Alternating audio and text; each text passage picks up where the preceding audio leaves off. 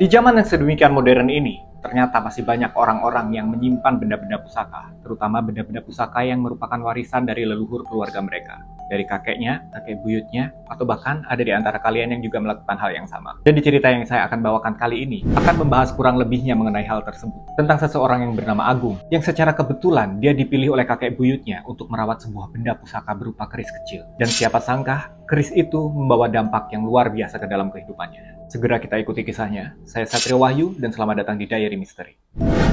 Ini adalah cerita horor yang paling menarik menurut aku.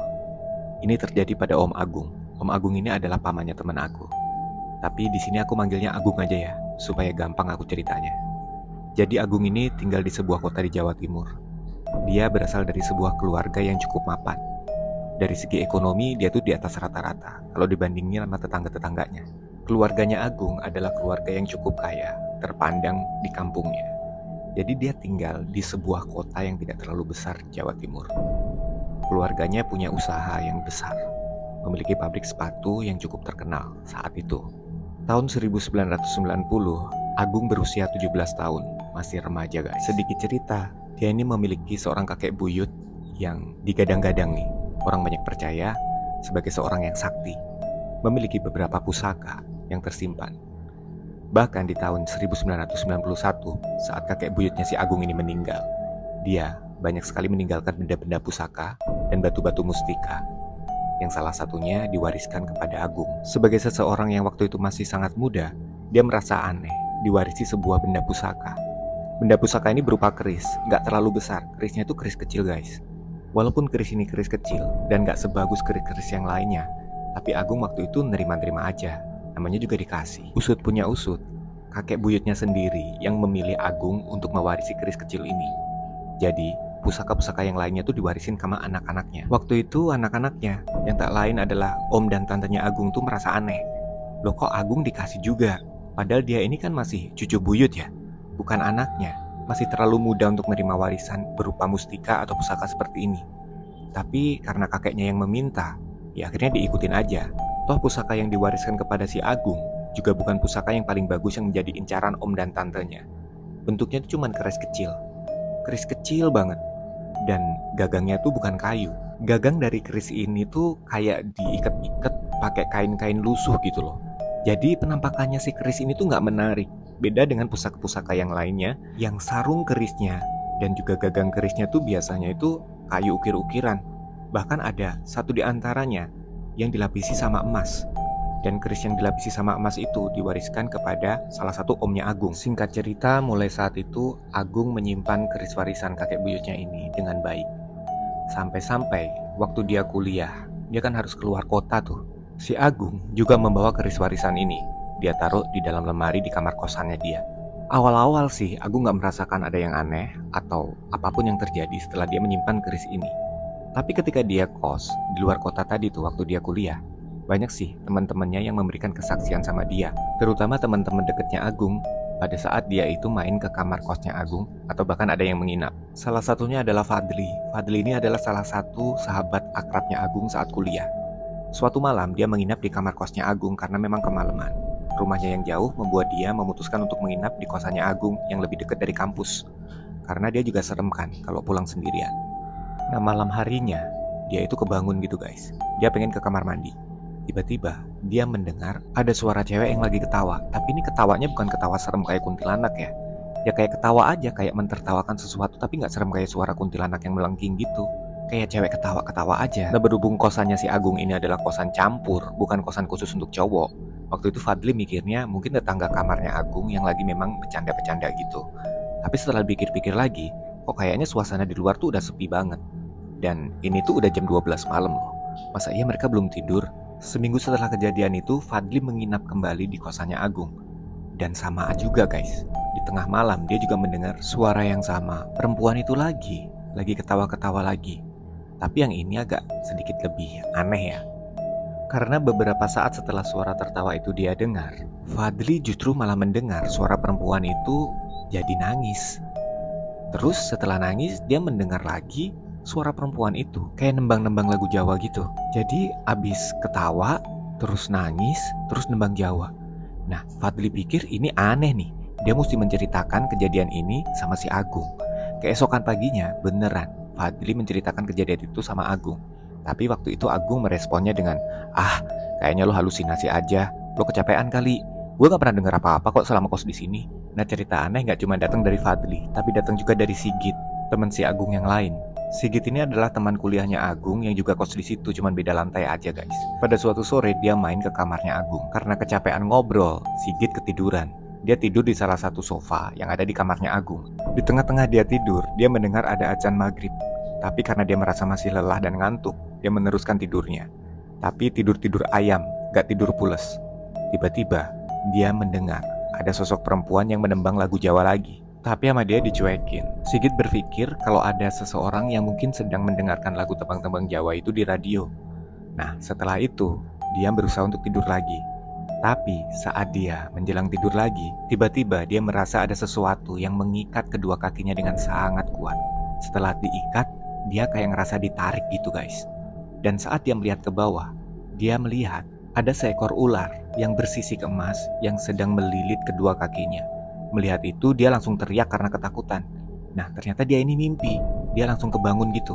Nah, pas dia kebangun, dia melihat Agung sedang sholat maghrib. Setelah Agung selesai sholat, dia menceritakan kejadian itu ke Agung, apa yang dia alamin tadi. Awalnya, Agung gak percaya. Tetapi setelah dipikir-pikir, kenapa ada kemiripan ya antara mimpinya Sigit sama apa yang dialami sama Fadli beberapa bulan yang lalu.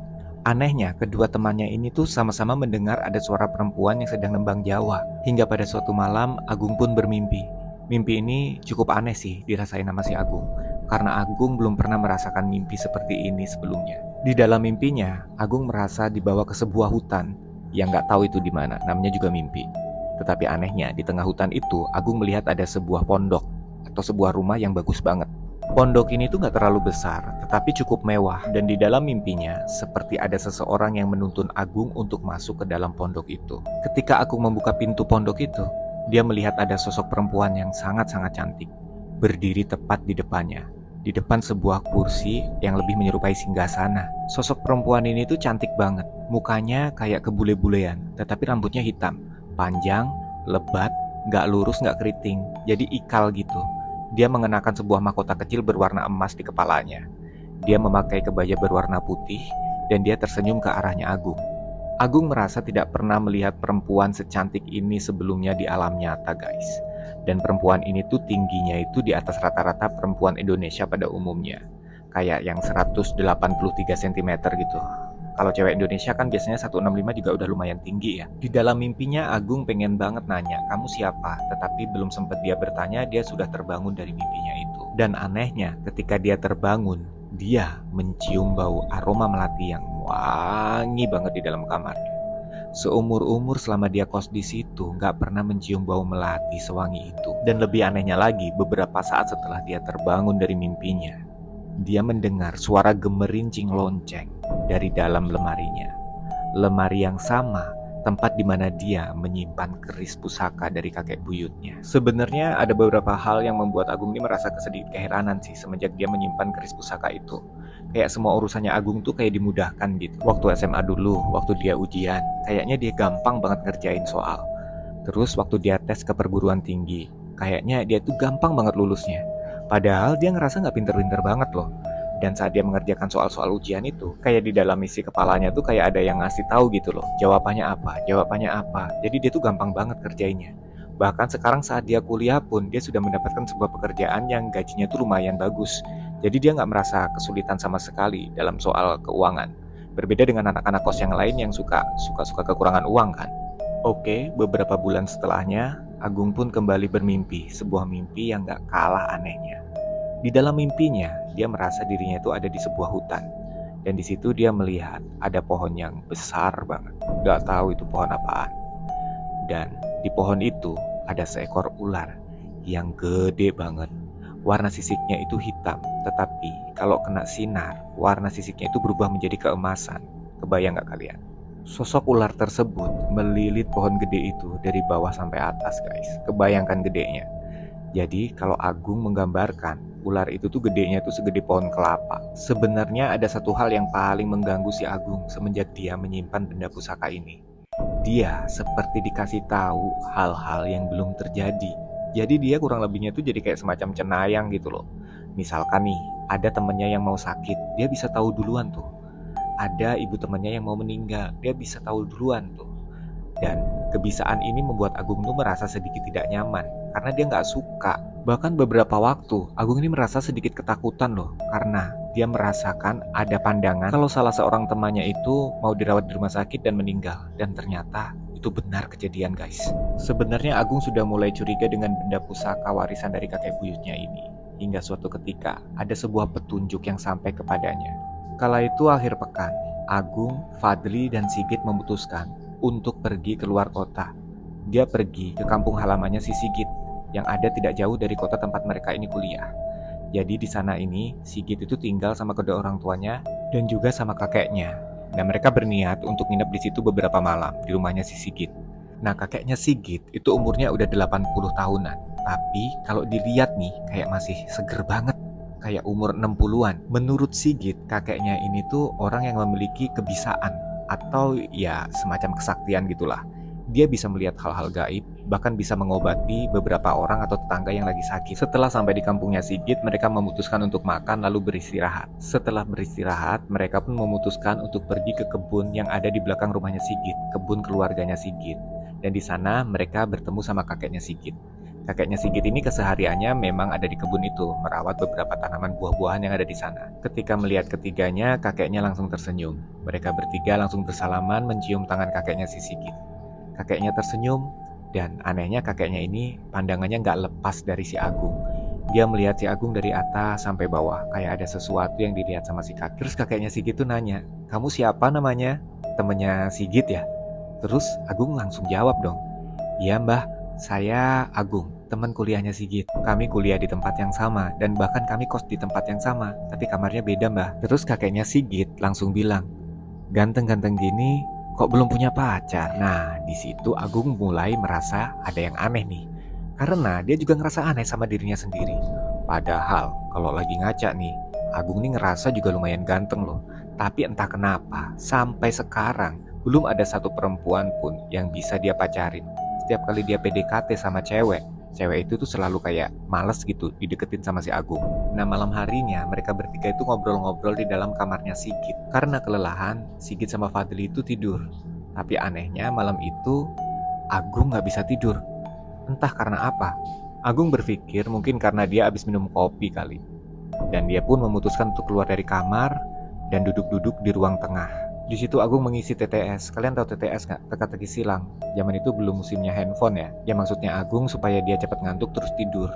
Tapi tengah asik dia bermain TTS, tiba-tiba kakeknya Sigit keluar dari kamar. "Loh, kok belum tidur Agung?" kata kakeknya si Sigit nih. Terus si Agung jawab, "Iya mbah, saya belum ngantuk." Terus kakeknya si Sigit itu tiba-tiba bilang, "Bukannya memang udah biasa kamu tidurnya selalu lewat tengah malam?" "Loh, kok mbah bisa tahu?" "Ya tahulah, orang kamu ada yang ngikutin kok," katanya si mbahnya Sigit.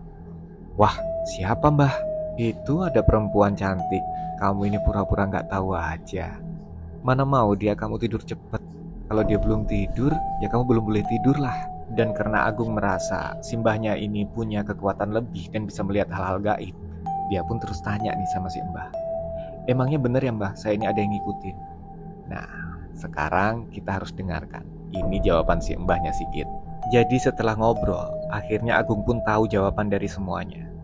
Menurut kakeknya Sigit, Agung ini adalah cucu yang terpilih. Cucu yang terpilih di sini maksudnya adalah cucu yang dipilih oleh Khodam, penunggu mustika. Kalian tentunya ingat kan sama keris warisan kakek buyutnya Agung?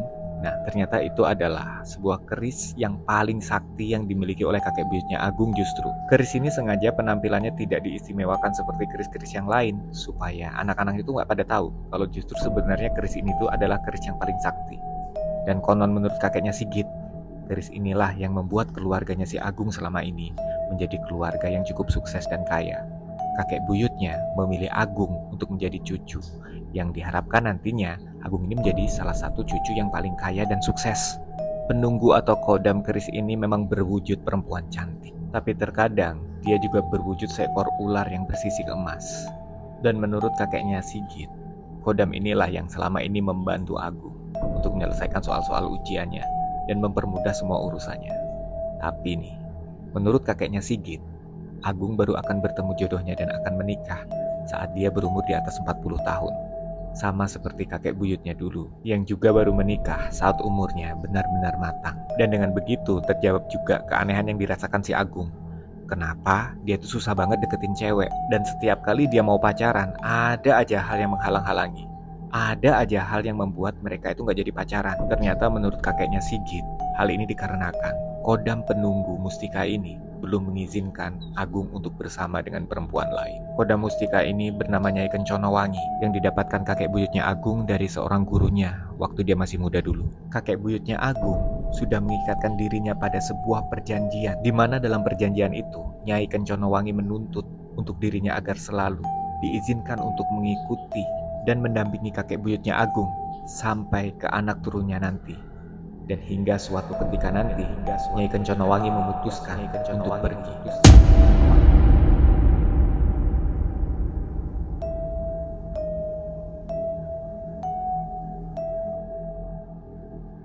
Segala sikap dan perbuatan kita di dunia ini tentunya ada konsekuensinya. Begitu pula lah makna yang tersirat dari sebuah kisah yang baru saja saya tuturkan. Semoga kalian tetap dalam lindungan Tuhan Yang Maha Kuasa. Sampai ketemu di video-video berikutnya.